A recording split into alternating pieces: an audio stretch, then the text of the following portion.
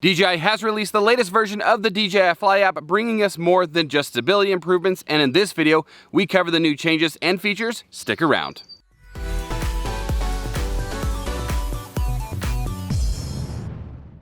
What is going on, everybody? Welcome back to another video. So between last week and this week, I know we've done a bunch of drone tutorials, and this one is no exception, and that is because DJI has dropped the new update for the DJI Fly App, bringing us to version 1.1.6.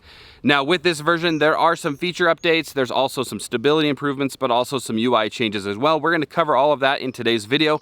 Now I want to try to keep this as short and sweet as possible, so jumping right into things, the first thing that you're going to want to do is make sure that your app is up to date. Go ahead and launch the app, and then even if your drone isn't connected, you can tap on Connect Aircraft in the bottom right hand corner. And then at the very top, you're going to tap on where it says Camera View. This is going to bring you into like the app or the camera view of the actual app, just like if you were to have a drone connected, but it's just going to be a black screen. What you're going to want to do now is tap on the three dots up in the top right hand corner. Along the top side there, you've got safety control, camera transmission. You're going to want to tap on where it says About, and then scroll down about halfway down the page where it says app version, where it says 1.1.6. Again, app version 1.1.6 is the version that you're gonna need to be on in order to have these changes. And if for any reason you don't see that you're on 1.1.6, you can either check the App Store on iOS or the Play Store on Android and check to see if there is an update available. If you don't see an update available, there might be still a chance that it hasn't completely rolled out. You may be region locked yet. Just give it a try in a few more days, or just keep an eye out on it, and then once it comes through, you can then update the app. Once you've got the app updated, the next thing that you want to do is connect everything and get the drone in the air and then launch the app once again. Now, once you've got it launched, up in the top right-hand corner, the first change that you're going to see is the look of the battery indicator. DJI has made it really easy to see how much battery life you have left on your drone by giving it a color graduated filter from green to orange to red. And then of course it still does have the percentage that will correspond to those colors as the battery depletes, making it really easy to read. Not only that, but if you tap on the flight time just to the right of that, it's going to give you some more information about the battery. You've got until return to home, until forced landing, and until battery depleted. So you've got a really good list on how much battery you actually have, and it's kind of broken down into different events that the drone is going to take when it reaches that point. Now, personally for me, I think one of the major drawbacks from the Mavic Air 2 was the lack of gimbal controls, and everything was kind of preset in a speed depending on what mode that your drone in, whether it was tripod or normal or sport mode. Now, typically for the average person, probably not going to worry about it, not a big deal, but for somebody like myself, or somebody that likes to use the drone for more professional or more cinematography style purposes, then having that extra control is just another +1. So with this update, we now have that. DJI gave us some more advanced features to go in and fine tune the control adjustments. Now I know that the wheel on the back of the controller here is sensitive to input, so the more gentle you push it left or right is of course going to determine how fast that gimbal rotates.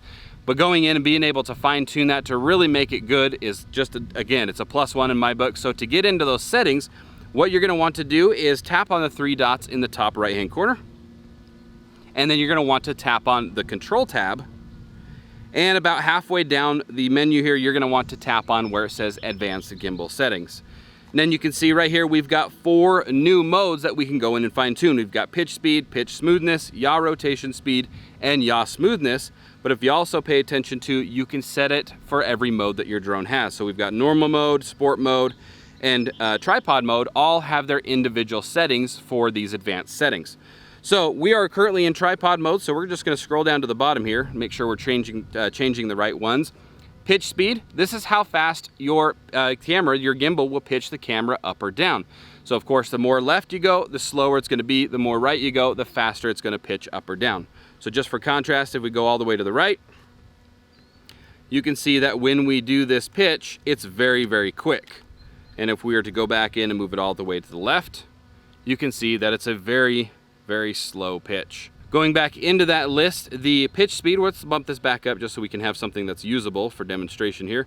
The pitch smoothness is how long it takes for the pitch to stop once you've released the wheel. So if you want a nice smooth transition from moving to stationary, you're gonna move the smoothness either left or right depending on how much smoothness you want. So if we go again to the left, moving up, as soon as we release the wheel, the pitch will stop. But if we go back in and change that all the way to the right, to 30, you can see that when I move it and let go, it takes a while for it to stop. Let go, going back down, let go. One more time, going up, it goes up. So it has a really nice smooth transition. Going back into the list, the yaw rotation speed is moving or rotating the aircraft left or right on its axis. This is how fast you want it to rotate either left or right. So you can see it's also measured in 30 degrees per second. All the way to the right, if we yaw it right, let's pitch this up so you can see it. If we yaw it right, you can see that it's yawing right or yawing left at a pretty good pace.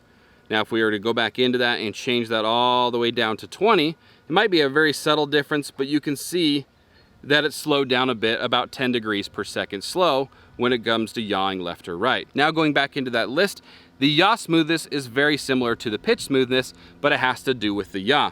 So again, cranking that thing all the way left, as soon as you release the stick, the drone is going to stop yawing. So you can see that, moving left, moving left. Now if we were to go back in and bump that all the way to 30, rotate, release, rotate left or yaw left, release, you can see that it took some time for it to slow down to a stop. So it allows you to go in and again, fine tune the smoothness and get really nice either panning shots or really nice transition shots by just being able to go in and fine tune these gimbal movements. Anyways, guys, that is going to wrap it up for today's drone tutorial. I hope you guys liked it. I hope you guys got something out of it. And if you did, be sure to click the thumbs up and of course, share the video. And don't forget to subscribe and ring that bell so you guys don't miss out on any type of future uploads. And we will see you on the next one. Peace.